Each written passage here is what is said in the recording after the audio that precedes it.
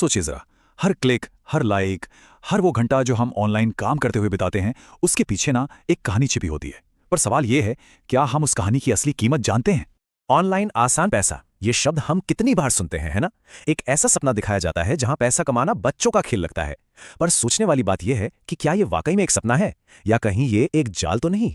तो चलिए पहले समझते हैं कि ये डिजिटल सपना इतना लुभावना क्यों है। और वादा भी तो कितना जबरदस्त है। सोचिए, कहीं से भी काम करने की पूरी आजादी, अपने पैशन को ही अपनी कमाई का जरिया बना लेना, आपका कोई बॉस नहीं, आप खुद के बॉस, और कमाई की तो कोई लिमिट ही नहीं। यही यही वो बातें हैं जो लाखों लोगों को इस डिजिटल दुनिया की तरफ खींच लाती हैं। लेकिन जब काम और आपकी पर्सनल लाइफ के बीच की ये जो पतली सी लकीर है वो मिटने लगती है, तब कहानी का असली और ज्यादातर मुश्किल पहलू सामने आता है। देखिए, पहले चीजें कितनी साफ थीं, है ना? ऑफिस मतलब काम की जगह, और घर वो सुकून की, आराम की जगह थी। लेकिन रिमोट वर्क ने क्या किया? उसने इन दोनों दुनियाओं को मिला दिया। अब ना तो कोई फिजिकल बाउंड्री रही और ना ही कोई मेंटल बाउंड्री। और इसका असर भी दिखने लगा। एक स्टडी में ये बात सामने आई कि कई महिला मैनेजर्स के लिए घर से काम करने का मतलब था काम में पहले से कहीं ज्यादा डूब जाना। और जब काम और परिवार, इन दोनों जिम्मेदारियों के बीच बैलेंस बनाना नामुमकिन सा हो गया, तो नतीजा था बर्नआउट। और देखिए, ये सिर्फ कोई एहसास या फीलिंग नहीं है, ये एक पूरी साइंटिफिक प्रक्रिया है जो साबित हो चुकी है। जैसा आप इस मॉडल में देख सकते हैं, जब काम में बहुत ज्यादा इन्वॉल्वमेंट होता है तो वो सीधे सीधे हमें इमोशनल एग्जॉशन यानी भावनात्मक थकावट की तरफ ले जाता है।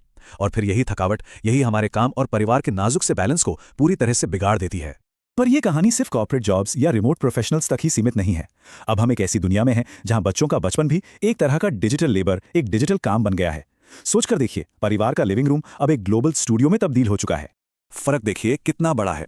एक तरफ है बच्चों का असली खेल जो स्पॉन्टेनियस होता है, प्राइवेट होता है, और दूसरी तरफ है ये डिजिटल काम जहां हर एक पल को, हर एक हरकत को पैसा कमाने के लिए दर्शकों के सामने परोसा जा रहा है।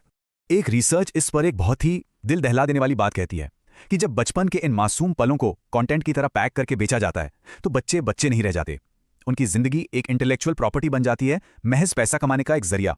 तो ये जो लगातार ऑनलाइन रहने और एक तरह से परफॉर्म करने का दबाव है, इसकी एक भारी भावनात्मक कीमत चुकानी पड़ती है।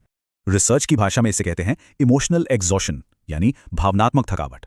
ये एक ऐसी हालत है जहां इंसान को महसूस होता है कि वो जैसे किसी जाल में फंस गया है, कि उसके पास अब इमोशनली देने के लिए कुछ भी नहीं बचा, वो पूरी तरह से खाली हो चुका है। और इसके जो नतीजे हैं वो बहुत ही सीरियस हैं।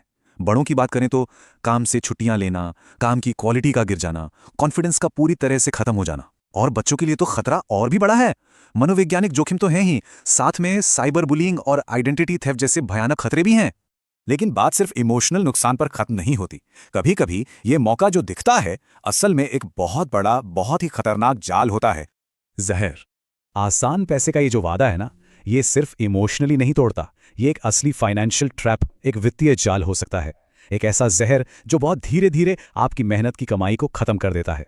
और यकीन मानिए, ये खतरा कोई काल्पनिक नहीं बल्कि बहुत असली है। हाल के आंकड़े बताते हैं कि इस साल जितने भी साइबर फ्रॉड हुए, उनमें से 40%, जी हां 40% फ्रॉड ऑनलाइन इन्वेस्टमेंट के आकर्षक मौकों के भेस में किए गए थे। आसान पैसे का सपना दिखाकर लोगों की गाढ़ी कमाई लूट ली गई। तो फिर सवाल ये उठता है कि इस जाल से बचा कैसे जाए, अपनी इज्जत, अपनी गरिमा को वापस कैसे पाया जाए? क्योंकि देखिए, असली सवाल सिर्फ पैसा कमाने का नहीं है, सवाल है इज्जत कमाने का, सम्मान कमाने का। असली सवाल यह है कि हम जो पैसा कमा रहे हैं वो किस रास्ते से आ रहा है। कहीं वो रास्ता हमारी डिग्निटी, हमारी इज्जत से कोई समझौता तो नहीं कर रहा?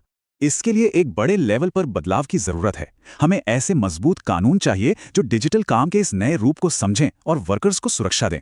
हमें ऐसे नैतिक नियम बनाने होंगे जो मुनाफे से ज्यादा इंसान की भलाई को आगे रखें। और हाँ, कुछ प्रैक्टिकल सेफगार्ड्स भी चाहिए, जैसे कि बच्चों की कमाई के लिए फाइनेंशियल ट्रस्ट बनाना और उनकी प्राइवेसी के अधिकारों की रक्षा करना। और आखिर में बात आती है हमारे व्यक्तिगत चुनाव पर। हमें एक फैसला करना होगा। हमें शॉर्टकट के लालच को छोड़कर स्किल्स बनाने पर ध्यान देना होगा। यह समझना बहुत जरूरी है कि असली तरक्की में वक्त और मेहनत दोनों लगते हैं। हमें ऐसी काबिलियत बनानी होगी जो लॉन्ग टर्म में हमारा साथ दे, और हमें खतरनाक शॉर्टकट्स के बजाय इज्जत और गरिमा का रास्ता चुनना होगा। तो अगली बार जब कोई आसान पैसे वाला मौका सामने आए, तो एक पल रुककर खुद से जरूर पूछिएगा कि हम जो ये डिजिटल जिंदगी जी रहे हैं, इसकी असली कीमत क्या है।